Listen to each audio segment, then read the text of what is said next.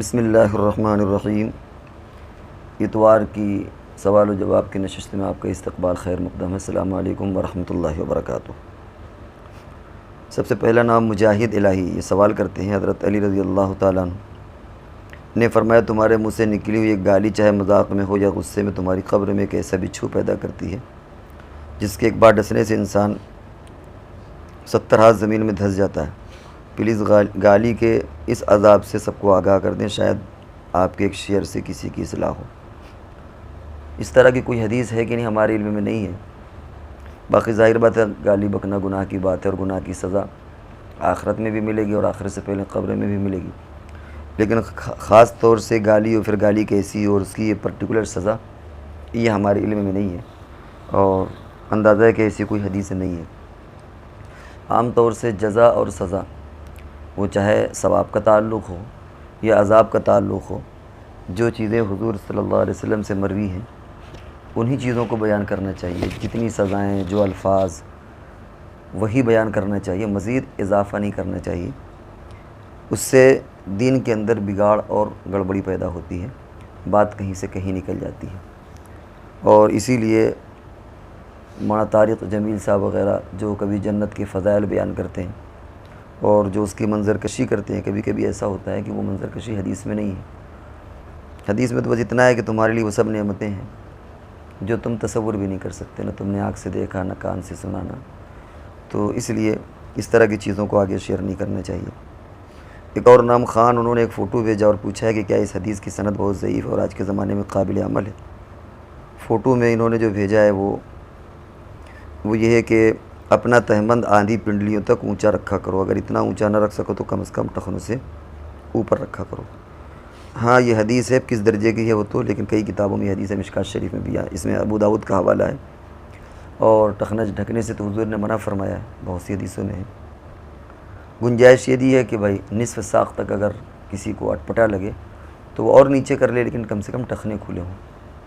और टखने खुले होने में आज के दौर में भी कोई प्रॉब्लम नहीं है, कोई परेशानी नहीं। आज तक आजकल तो मर्द क्या औरतें बजाय टखने के घुटने तक खुले टहल रही हैं। मर्द हज़रात न जाने क्या क्या खोले टहल रहे हैं, तो अगर टखने खुले हो तो इसमें क्या हर्ज है। तो ये हमारा कहना है कि आज के दौर में काबिल अमल नहीं है, ऐसा नहीं है। लाखों लोग इस पर अमल कर रहे हैं और जो अमल एक बार कर लेता है उसे जो लुत्फ़ मिलता है वो वही महसूस कर सकता है। कोई प्रॉब्लम नहीं है टखने खोल कर, वो पैंट हो, लुंगी हो या पायजामा हो। मोहम्मद साहब, ये जाजमऊ से, इन्होंने पूछा, मेरा सवाल है कि असली रेशम की टाई पहनना ठीक है? हमने एक दो उलमा से सुना है कि जायज़ है, क्योंकि ये कोई लिबास नहीं है और ना ही ये बदन को छूती है, उसको बस सजावट के लिए गले में एक तरीक़े से लटकाया जाता है। अव्वल तो टाई का ही मसला है कि वो सही है कि नहीं। पहले तो उलमा ने उसे मकरूह लिखा था, लेकिन अब चूँकि वो ईसाइयों का शियार नहीं रहा ये और इब्तिला आम हो गया, जैसे पैंट शर्ट वगैरह, तो वो कबाहत और वो कराहत कम हो गई है। और जहाँ तक ताल्लुक़ रेशम की इस्तेमाल का, बिला शुबा हल्के फुल्के रेशम की इस्तेमाल की इजाज़त है। मिसाल के तौर पर चादर है तो किनारे के गोट उसमें कढ़े हुए अगर रेशम के हों, शेरवानी या कुर्ता है तो कॉलर है, काज है, इसी तरह कफ़ है, अगर इन चीज़ों में रेशम की कढ़ाई है तो इतनी इजाज़त शरीयत में दी गई है। अब रहा मसला ये कि टाई अगर रेशम की है तो बिला शुबा वो भी बहुत कम मिक़दार में होती है, गुंजाइश निकल सकती है। लेकिन चूँकि करेला नीम चढ़ा, यानी एक तो ख़ुद टाई का मसला है, दूसरे रेशम, इसलिए एहतियात करना ज़रूरी है, एहतियात करना चाहिए। क्योंकि दो चीज़ें यहाँ शामिल हो गई, एक तो टाई की बहरहाल किसी न किसी दर्जे में हल्की फुल्की कराहती सही, और दूसरे कि आजकल टाई को नाजायज़ नहीं कहा जाता, लेकिन बहरहाल वो कोई मुसलमानों का लिबास नहीं है और वो अगर रेशम की हो जाएगी तो मज़ीद उस पर कबाहत आ जाएगी। बाकी गुंजाइश का मसला है तो वो निकल सकती है गुंजाइश। MS गेमिंग, इन्होंने पूछा, अस्सलाम वालेकुम, आपसे एक मसला पूछना है कि अभी कुछ दिन पहले एक सॉन्ग यानी एक गाना रिलीज़ हुआ जिसकी लाइन कुछ ऐसी थी जिसका मतलब साफ था कि कोई खुदा नहीं है, तो क्या इस गाने का सुनने वाला काफिर हो जाएगा? इस गाने से इंस्पायर्ड होने वाला खाली गाना सुनने से काफिर नहीं होगा, उसमें देखा जाएगा कि उसकी नीयत क्या है, सुनने के बाद तासुर क्या कायम किया। आदमी तो सुनने में न जाने क्या क्या चीज़ें सुनता रहता है। अब अगर वो सुनना सिर्फ इसलिए सुन रहा है कि उसको लज्जत मिल रही है उसके म्यूज़िक से और उसके मफ़हूम पर उसे तवज्जो नहीं है, कभी कभी होता है कि गाने का मफ़हूम पता ही नहीं, लेकिन उसकी म्यूज़िक, उसका साउंड या औरत की आवाज़ है तो उसे उसकी धुन अच्छी लगती है, तो गुनाह हो जाएगा, लेकिन काफिर नहीं होगा। जैसे आप रास्ते में गुजर रहे हों, कोई आदमी अल्लाह का इनकार कर रहा हो, वो आवाज़ आपके कान में पड़े, तो इससे कुफ्र नहीं होता, वो उसकी नीयत पर है। लेकिन बहरहाल ऐसा गाना सुनना भी जायज़ नहीं है। लेकिन मसला काफिर होने का है, तो वो जब तक उसका अक़ीदा नहीं ढूंढा जाएगा, उसका अक़ीदा क्या है, तब तक कुफ्र का हुक्म नहीं लगेगा खाली सुनने से। क्योंकि सुनने के कई मकासिद हो सकते हैं। हो सकता है कि उसके मफ़हूम से राज़ी ना हो और इंस्पायर ना हो, लेकिन उसकी धुन, उसका तर्ज़, उसका लहजा, उससे वो इंस्पायर हो रहा है, उससे उसको लज्जत मिल रही है। तो इसलिए उसकी नीयत का मालूम करना ज़रूरी है। बज़ाहिर ऐसा महसूस होता है कि कोई भी आदमी, मुसलमान ख़ास तौर से, वो खुदा का इनकार या इस तरह गाना सुनने से उसका अक़ीदा नहीं होता। उम्मीद यही है कि वो उसकी धुन या उसके लहजे से या उसकी आवाज़, उसी पर वो मस्त होगा और उससे काफिर नहीं होगा, अगरचे भी गुनाह है। और गुनाह कबीरा इसलिए हो जाएगा कि उसमें यानी जो ऐसा उसका मफ़हूम है वो गलत है। अकरम दीनी चैनल इन्होंने पूछा है, मुफ्ती इक़बाल साहब की इन्होंने वीडियो, वज़ू के बाद आसमान की तरफ निगाह शहादत की उंगली उठाने, इस पर कमेंट किया है 30:30 पर। सुन्नत से साबित है, यहाँ आपसे गलती हुई है, तहक़ीक़ कर लें या फिर आसन फतावाही देख लें। वज़ू का बाब जिल्द नंबर 10 या जिल्द नंबर 1 और 2:55 यानी 2:55 पर शायद। और बाद ज़ईफ़ दुआ मिलती, आप ज़ईफ़ का ही हवाला दे दें। यह हमने तहक़ीक़ नहीं की, अगले हफ्ते मुफ्ती साहब की बनेगी जो वीडियो इंशाअल्लाह। चूँकि मुफ्ती साहब ने जवाब दिया, लिहाजा मुफ्ती साहब अगले मरतबे इसको क्लियर कर देंगे। और हम अपने वीडियो बनाने वालों से दरख्वास्त करेंगे कि इस कमेंट को रिपीट कर दें अगली मरतबे, वो मुफ्ती साहब के सवालात में इसको डाल दें। किंग खान इन्होंने सलाम किया और कहते हैं कि आजकल नया स्टाइल है सलाम करने का, ये शख्स मंडी ऊपर से नीचे करता है तो दूसरा शख्स भी मंडी ऊपर से नीचे करता है। मुंडी ऊपर से नीचे करता है तो दूसरा शख्स भी मुंडी नीचे से ऊपर करता है और दोनों का सलाम हो जाता है। क्या ये तरीक़ा सही और ये तरीक़ा मुसलमानों में कहाँ से आया? भाई ये तो हमें नहीं मालूम कहाँ से आया, ये सब अंग्रेज़ी तरीक़े होते हैं। और मुंडी ऊपर से नीचे से, मेरा ख्याल आप ऐसे करना चाह रहे हैं कि कोई मुलाकात हुई, ये सब तरीक़े सही नहीं हैं। हदीस में आता है कि यहूदियों के सलाम से बचो, ईसाइयों के सलाम से बचो।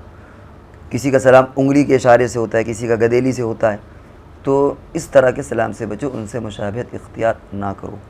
ये भी एक, किसी का भी हो, ये भी एक तरीक़ा है कि सर ऐसे कर लिए, ये सलाम का कोई तरीक़ा नहीं। सलाम सीधे सीधे होना चाहिए, अस्सलामु अलैकुम व रहमतुल्लाह। बहुत ज़्यादा अगर गुंजाइश है तो इतना कि अगर दूर बंदा हो और हमें महसूस हो रहा है कि हमारी आवाज़ वहाँ तक नहीं पहुँचेगी, तो आप अस्सलामु अलैकुम इस तरह कह सकते हैं, ताकि हालांकि ये भी अच्छा तरीक़ा नहीं, लेकिन चूँकि दूर है तो हल्का सा कर सकते हैं, भाई जिस आदमी मज़े में है, आप ठीक हैं, या अस्सलामु अलैकुम इस तरह करके। असल मुँह है।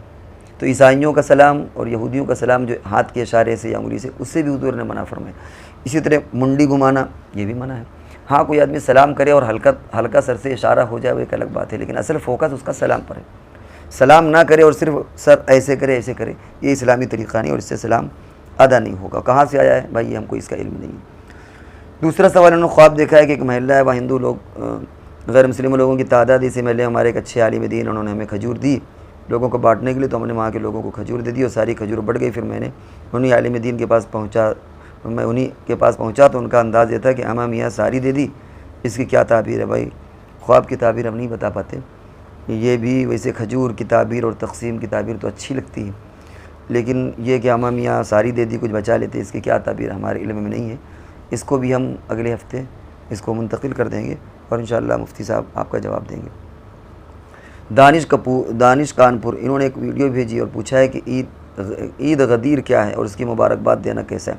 वो वीडियो हमको मौसूल नहीं हुई, और अगर वीडियो है भी तो उसको देखना और जहाँ पर वो कमी है उसको तलाश करना ही खुद एक मुस्तकिल है। हम एक जहमत की चीज़ है, हमने बार बार इस अपने चैनल में इस बात को कहा है कि भाई ख़ुद वो चीज़ इश्काल लिख दें, हमारे लिए वीडियो देखना और उस कमी को तलाश करना ज़रा मुश्किल होता है। तो ईद गदीर क्या है, इसके बारे में भी हमें इल्म नहीं है कि क्या है, मुमकिन है ये शियों की कोई चीज़ हो। नाम यामीन सलाम, मुफ्ती साहब मुझे एक ख्वाब दिखा जिसमें देखा कि मुफ्ती तकी साहब वफ़ात पा गए और मैं रो रहा हूँ, इसकी क्या ताबीर है? भाई इसकी भी ताबीर हमें नहीं मालूम। बताइए है कि आपको उनसे ताल्लुक़ और हमदर्दी, आपको मोहब्बत है इसीलिए रोना आ गया। बाकी लोग ये कहते हैं कि किसी का इंतकाल देखने से उसकी उम्र बढ़ती है। अल्लाह करे वो इस वक्त पूरा दुनिया में मुसलमानों के लिए एक सरमाया है और एक उनकी कोई गोया अब फजीलत है उनकी, तो ये एक अच्छी चीज़ है, लेकिन उसकी एक्चुअल इसकी क्या ताबीर है ये हमारे इल्म में नहीं है। तो नाज़रीन इकराम, ये थे आज के सवालात और अगली नशिस्त तक के लिए हम आपसे रुख़्सत होते हैं। जब तक के लिए आप हमें इजाज़त दीजिए। अस्सलामु अलैकुम व रहमतुल्लाहि व बरकातहू।